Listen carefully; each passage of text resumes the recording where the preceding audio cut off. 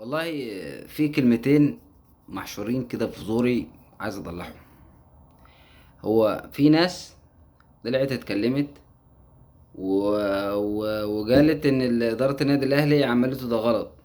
طب ما تيجي ناخدها واحده واحده يا صاحبي. الناس اللي انت بتشجعك وتسقف لك وتقول لك انت بتقول كلمه الحق، حتى لو على اداره النادي الاهلي، دي مش تبعك، دي تبع انديه تانية.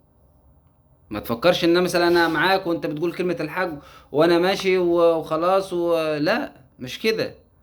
هو إدارة النادي الأهلي دي لما كانت متفقة، مش متفقة مع الزمالك إن في حكام أجانب، والزمالك تمام وقال أنا ما يمين، والرابطة قالت أنا هدفع الفلوس. طيب الكلام اتغير، والزمالك قال أنا معيش فلوس أدفع للحكام. طيب ماشي، الرابطة ما عملتش الحكام. طب ما هو أنا أنا فين من ده كله؟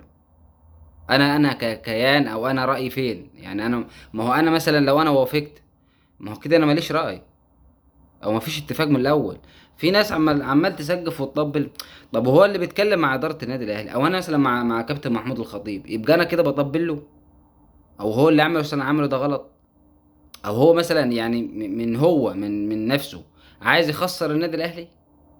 هو تاريخ مع كابتن محمود الخطيب من ساعه لما مسك النادي الاهلي كايه يعني حصل ايه؟ كام بطوله افريقيا خدتها؟ كام دوري؟ كام كاس؟ كام سوبر افريقي؟ رحت كاس العالم كم مره؟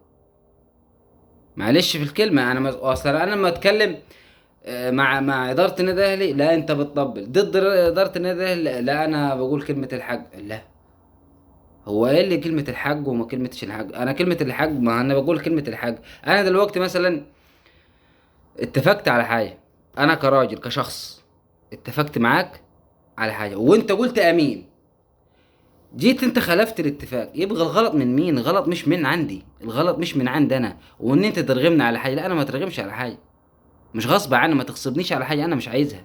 انا اتفقت وقلت لك انا عايز حكام اجانب، انت ما اتصرفتش وما جبتش حكام اجانب، انا مالي؟ انا مالي؟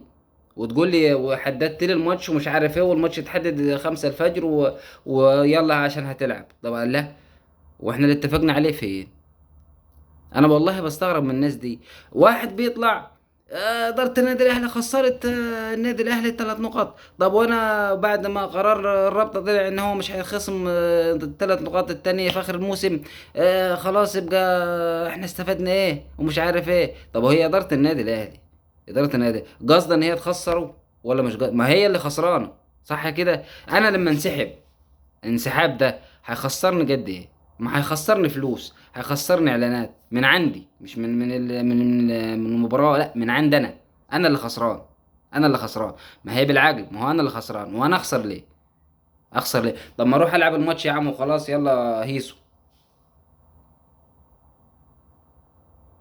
انا بستغرب يعني في ناس بتتكلم والناس التانية بتشجعها، يعني يقول لك انت بتقول كلمة الحق، انت مش عارف الحق على سيفك، حتى لو على ضد إدارة النادي الاهلي، حتى لو انت اهلاوي ضد انا ما ادورش على ريتش، او ادور على فيديو ان هو يتنشر والكلام ده، لا. هو الواحد لما بيتكلم ويقول اللي عليه، يبقى بيطبل. ما هي بالعقل يا سبحان الله، انا بطبل ازاي؟ ما هو انا مش انا اتفقت وخلاص واتفقنا ومية مية. ما هو واحد فينا رجع في رأيه، خلاص انا ماليش دعوة، انا اطلع من الموضوع بقى، ما خسرش نفسي. لا طب انا اخسر، لا انا اخسر، بس انا فين من ده كله؟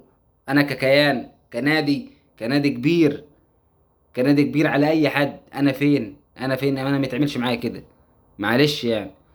بس يعني مش عارف والله، ما عارف اقول ايه.